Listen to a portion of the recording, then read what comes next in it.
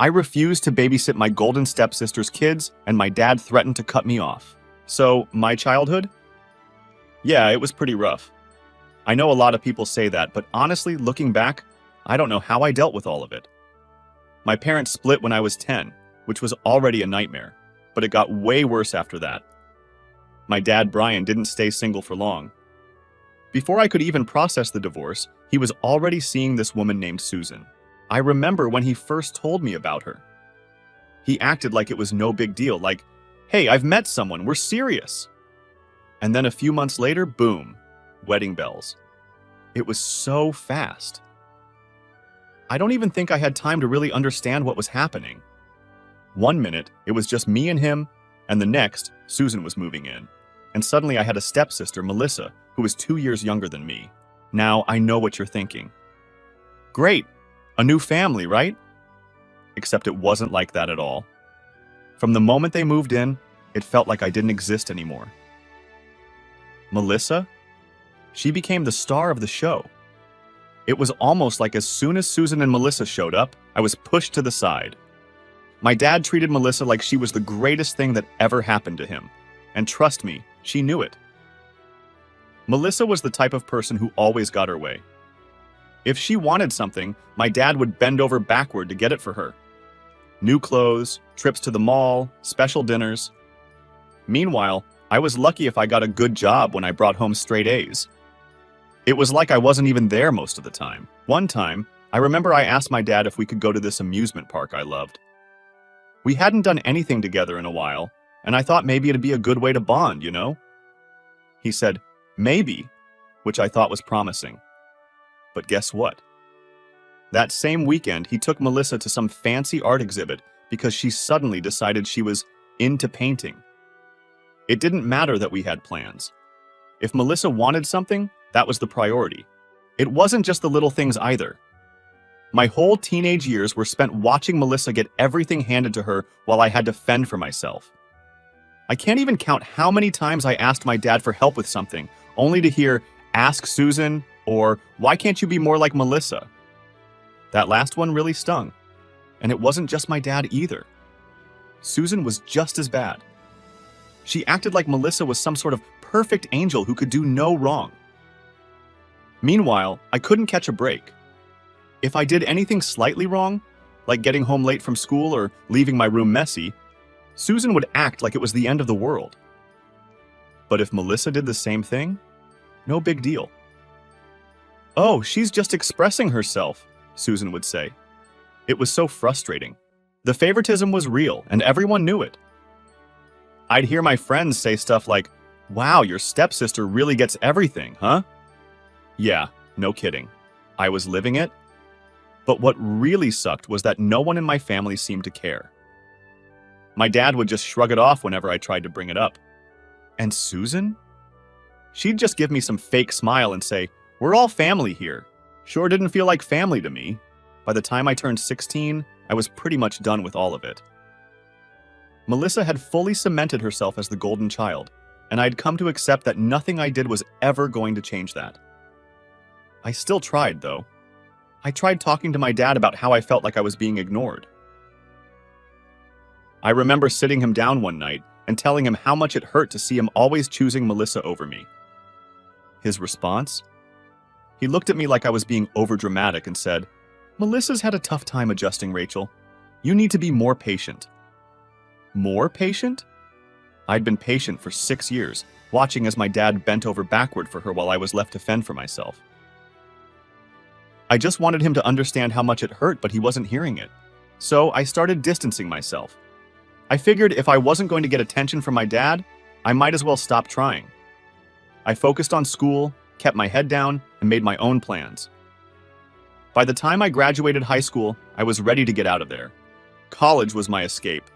I moved out at 18, and honestly, I was just relieved to get away from that house. It felt like a fresh start. I could finally live my life without constantly being compared to Melissa, or feeling like I didn't matter.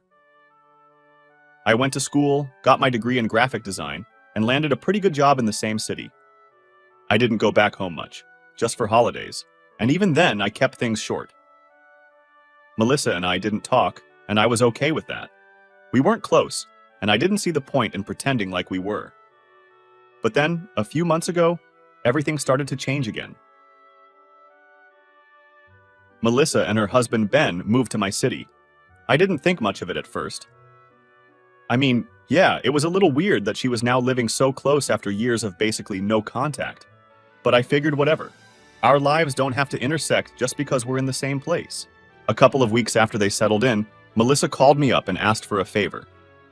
She wanted me to help them get familiar with the area, show them around, maybe help with the move. And since I'm not a total jerk, I agreed. I mean, I didn't want to, but I felt like it was the right thing to do. So I took a few days and showed them around. Took them to some good neighborhoods, pointed out places they might like for groceries, schools, and all that stuff. It was fine. Awkward, but fine. After that, I thought I was done. Like, okay, I've helped, now we can go back to our own lives. Nope. About a week later, Melissa started texting me, asking for help with the kids. At first, it was small stuff. Hey, can you watch Olivia for an hour while I run to the store? Or, can you take Max for a bit so I can unpack? Stuff like that. I figured, okay, it's just temporary while they get settled, so I said yes. Then it started happening more. It went from once or twice a week to almost every day. And it wasn't just an hour here and there. She'd drop the kids off at my place for hours, and then I'd be stuck entertaining them while she was out doing who knows what. Now, don't get me wrong. I love Olivia and Max. They're sweet kids, but I'm not exactly a kid person. And honestly, I'm not that great with kids. I never wanted to be someone's personal babysitter, you know? I have my own life. I work from home as a graphic designer, so I'm busy during the day, and by the time I'm done, I just want to relax. But instead of getting that time to myself, I was suddenly babysitting her kids almost every night. The worst part? She didn't even ask nicely after a while. It went from, "Hey, can you help out?" to just dropping the kids off at my door and leaving. Sometimes she wouldn't even tell me when she'd be back. I'd just be sitting there with two kids, trying to figure out how to keep them entertained, waiting for her to show up. It was so frustrating. At first, I tried to give her the benefit of the doubt. Maybe she was overwhelmed. Moving to a new city with two young kids isn't easy. But then I realized she was just taking advantage of me. Like, if it was a real emergency, okay, I get it. But most of the time, it wasn't. She'd say she had errands to run, but I knew she was just meeting up with friends or doing stuff she could easily do with the kids. One day, I straight up told her, "Melissa, you need to hire a babysitter. I can't keep doing this." She just brushed me off like it wasn't a big deal. "It's just for a little while," she'd say, or, "I don't trust anyone else with the kids yet." It was always something. And of course, she'd hit me with the "we're family" card, like that automatically made it okay for her to dump her kids on me whenever she felt like it. I was starting to get really pissed off, but I didn't want to start a huge fight. I kept thinking, okay, just ride it out. Maybe she'll back off. Spoiler, she didn't. One Friday night, things hit a breaking point. I had plans with my friends to celebrate Katie's promotion. It was a big deal, and I was really looking forward to it. I had told Melissa earlier that day that I couldn't babysit that night. I made it super clear. She said, no problem, so I thought, great, maybe this will finally give her a wake-up call. Fast forward to 6 p.m., I'm getting ready to head out the door when I hear a knock. I open it, and guess who's standing there with two kids? Yep, Melissa. She didn't even wait for me to say anything. She just hands me Olivia and Max, says something about being late, and rushes off. I didn't even have a chance to argue. I tried calling her, of course. Nothing.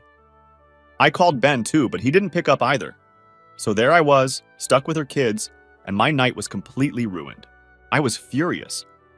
I couldn't believe she had just completely ignored what I said. Like, she knew I had plans. I had told her. But she didn't care. I ended up texting my friends to let them know I wasn't coming, and I spent the rest of the night babysitting two kids who were already cranky and tired. When Melissa finally came back around 9 or 10 p.m., I was ready to explode. I told her this couldn't keep happening, that she needed to find someone else to help her out. She looked at me like I was the one being unreasonable. We're family, she said again. Like that was supposed to magically make everything okay. I told her straight up, just because we're family doesn't mean I have to drop everything to help you. I have my own life too. She seemed shocked, like she couldn't believe I was actually standing up for myself. She got defensive, of course. Said I was being selfish, that I should be helping her out more because she's new in town and doesn't know anyone else. But I wasn't having it. I told her I wasn't her free babysitter and that if she needed help, she needed to hire someone. I think she expected me to back down or apologize, but I didn't. I was done being taken advantage of. I was done feeling like my time didn't matter. Melissa left in a huff, and I thought maybe that would be the end of it. But nope. Things were about to get even worse. A few days after I told Melissa off, I was just trying to get back to my normal routine, focus on work, and put the whole thing behind me. I wasn't looking to start any drama, but of course, drama came to find me anyway. It was a Thursday afternoon when Melissa called. She didn't even start with hello. Instead, she jumped straight to, "I can't believe how selfish you're being." Just like that. I didn't even get a chance to say anything before she started going off about how she needed me to help with the kids and how she was going through a rough time. I took a deep breath and told her, "Melissa, I already told you I can't babysit all the time. I have my own stuff to deal with." And I thought that was it. Like, end of conversation, right? Wrong. She started going on and on about how I should care more because we're family and how it's not fair for her to juggle everything on her own. At this point, I'm thinking, is she even hearing me? I tried once again to explain that I can't drop everything just because she needs someone to watch the kids. I told her it's not my responsibility and she needs to figure out her own childcare situation. You'd think she'd get it by now, but nope. Instead, she flips out and starts crying, saying I'm abandoning her when she needs help the most. It was like talking to a brick wall. And the worst part? After she hung up, I thought that was the end of it. But then my dad called. Now let me tell you something about my dad. He's always been kind of blind when it comes to Melissa. It's like she can do no wrong in his eyes. And I've always had to deal with being second best. But this phone call? This one took the cake. So my phone rings, and I see it's my dad. I figure he's calling to check in or something, maybe calm the situation down. But as soon as I pick up, I can tell from his tone that something's off. "Rachel," he says, "we need to talk about what's been going on with Melissa." I roll my eyes, already knowing where this is going. "Okay, what's up?" I say, trying to keep my cool. He immediately jumps in, saying how upset Melissa is, and how she's been struggling with the move and the kids, and that I should be more understanding. He's talking like Melissa's some kind of saint who's just overwhelmed, and I'm the bad guy for not stepping up. I try to cut in, but he keeps going, saying how disappointed he is in me for not helping out more. I finally get a word in and tell him, "Dad, I have my own life. I can't just drop everything to babysit whenever Melissa wants me to." But he's not having it. He's saying stuff like, "That's what family's for. And you need to be there for your sister." That's when I snapped. I told him, "Melissa's not my responsibility. She's an adult, and if she can't handle her own kids, she needs to figure that out without dragging me into it." I said it calmly, but inside I was boiling. But then my dad hits me with something I wasn't expecting. He says, "If you don't start helping out more, I'm going to cut you off." Now, when I say cut off, it's not like my dad's been paying my bills or anything.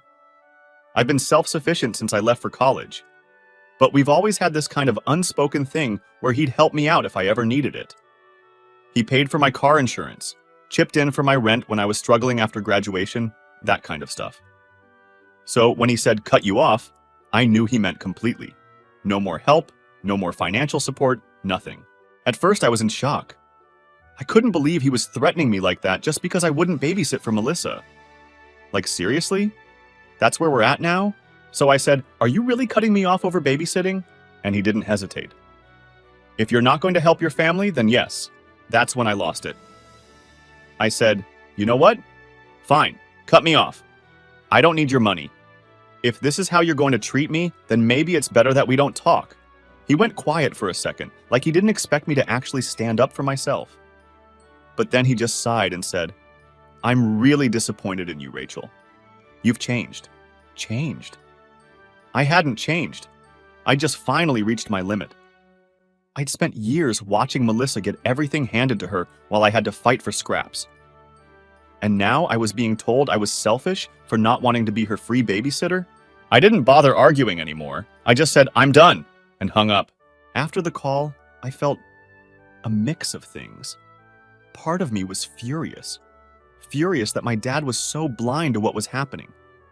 Furious that Melissa had manipulated the situation to make me look like the bad guy. But another part of me was just sad.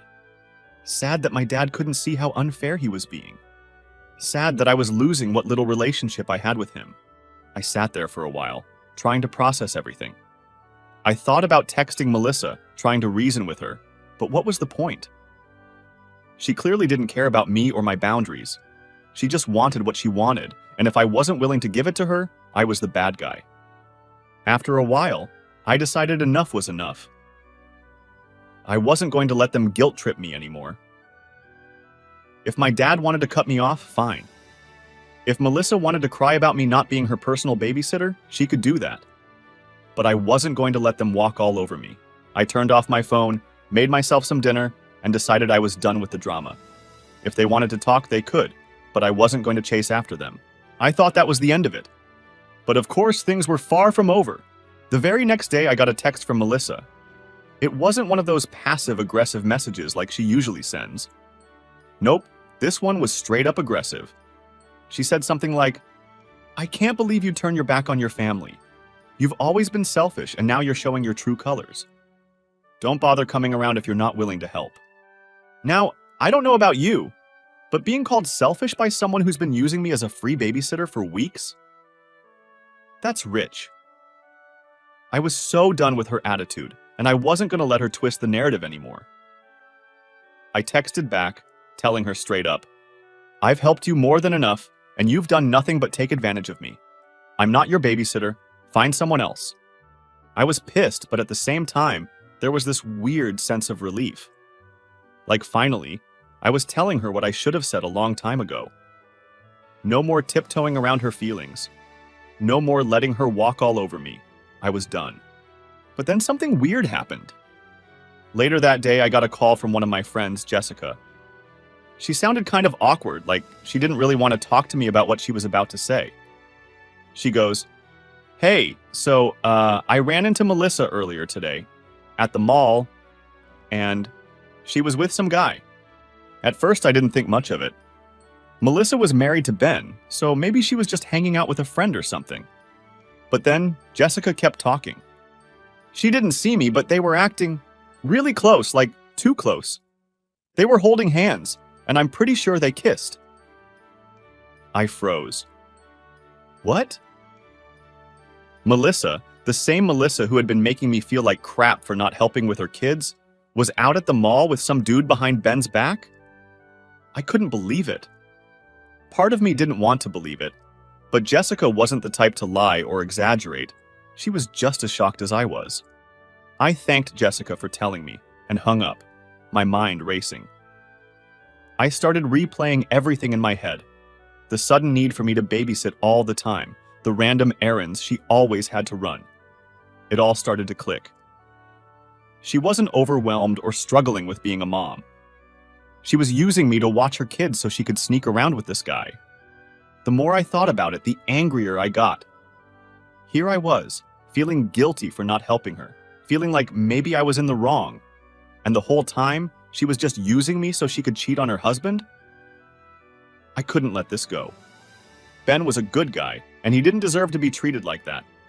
I wasn't about to sit back and let her get away with it. So I made a decision. I was going to expose her.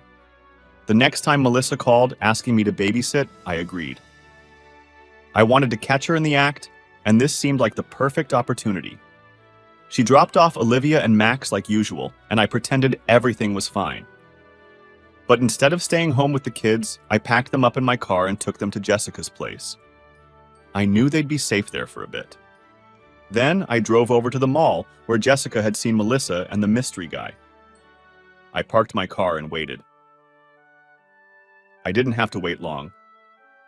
About half an hour later, I saw her walking out of the mall, arm in arm with the same guy Jessica had described. They looked way too cozy to be just friends.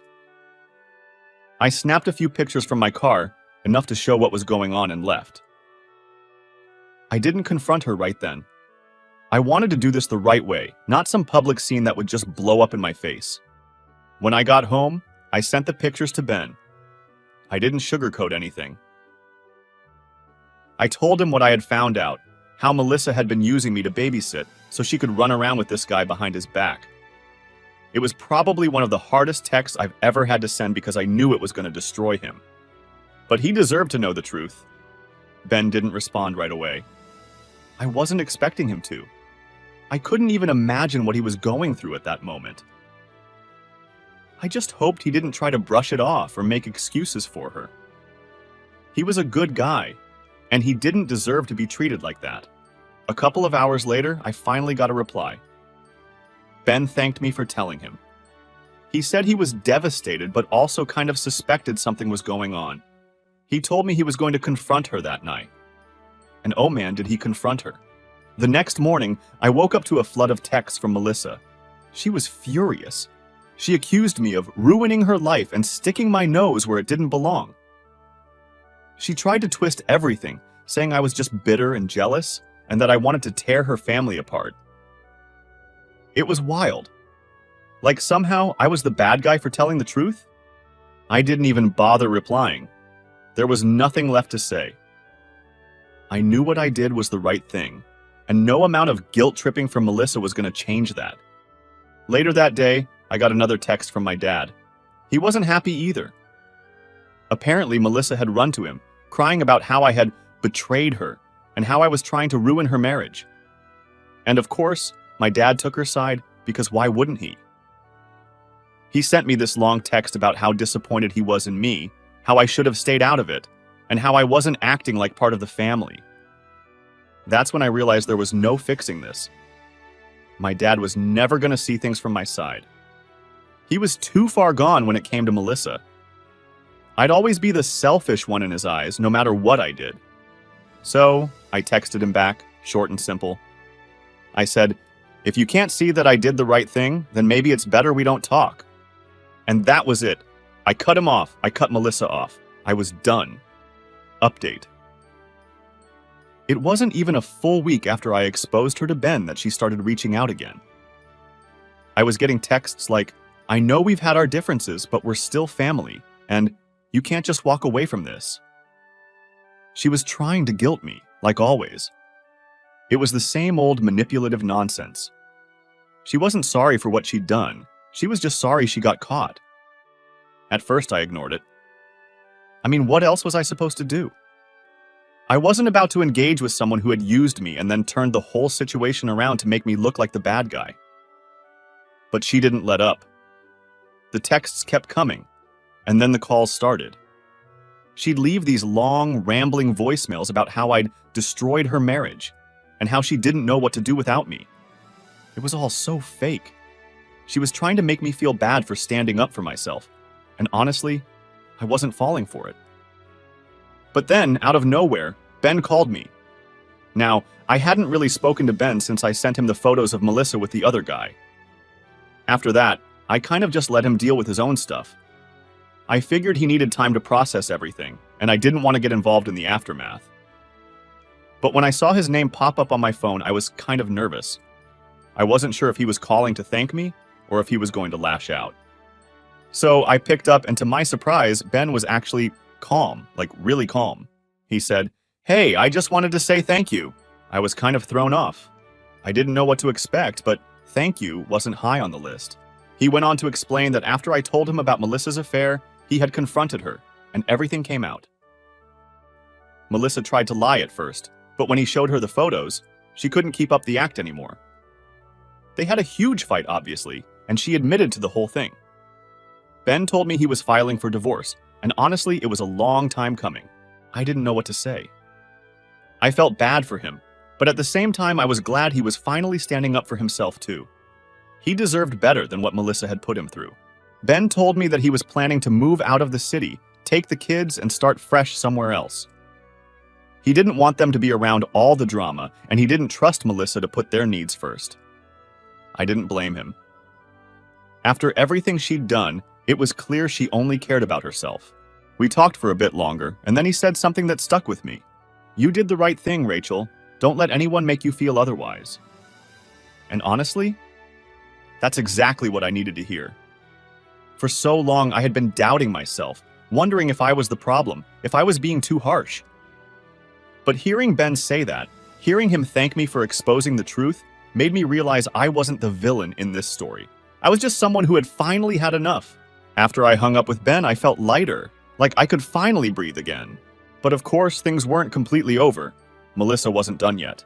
She kept trying to reach out, sending texts, leaving voicemails. She even tried to show up at my apartment a couple of times, but I wasn't having it. I blocked her number and told the building manager not to let her in.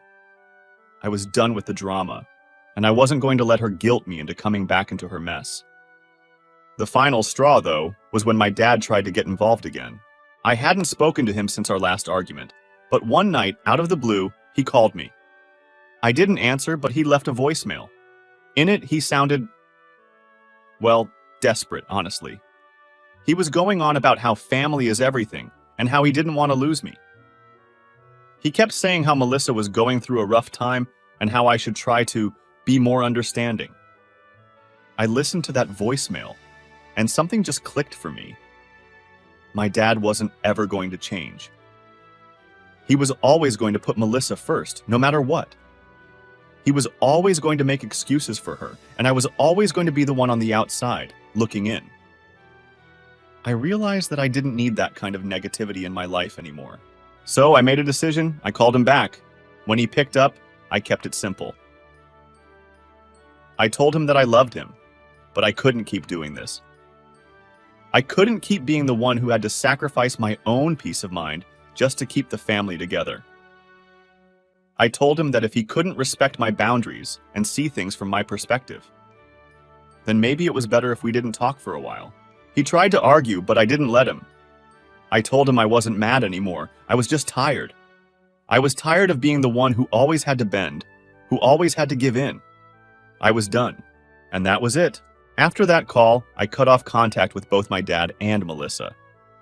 I know it sounds harsh, but it's what I had to do for my own sanity. Sometimes you just have to walk away, even if it's from family. Now, it's been a few months since all of this went down, and I'm in a much better place. I've got my peace back. I've got my life back. I'm no longer dealing with the constant drama, the manipulation, the guilt trips. I've started focusing on myself and my own happiness, and honestly, it feels pretty damn good. Sure, I miss my dad sometimes, but I don't miss the stress that came with him. And as for Melissa, well, I haven't heard from her since, and I'm perfectly fine with that. Sometimes you just have to choose yourself.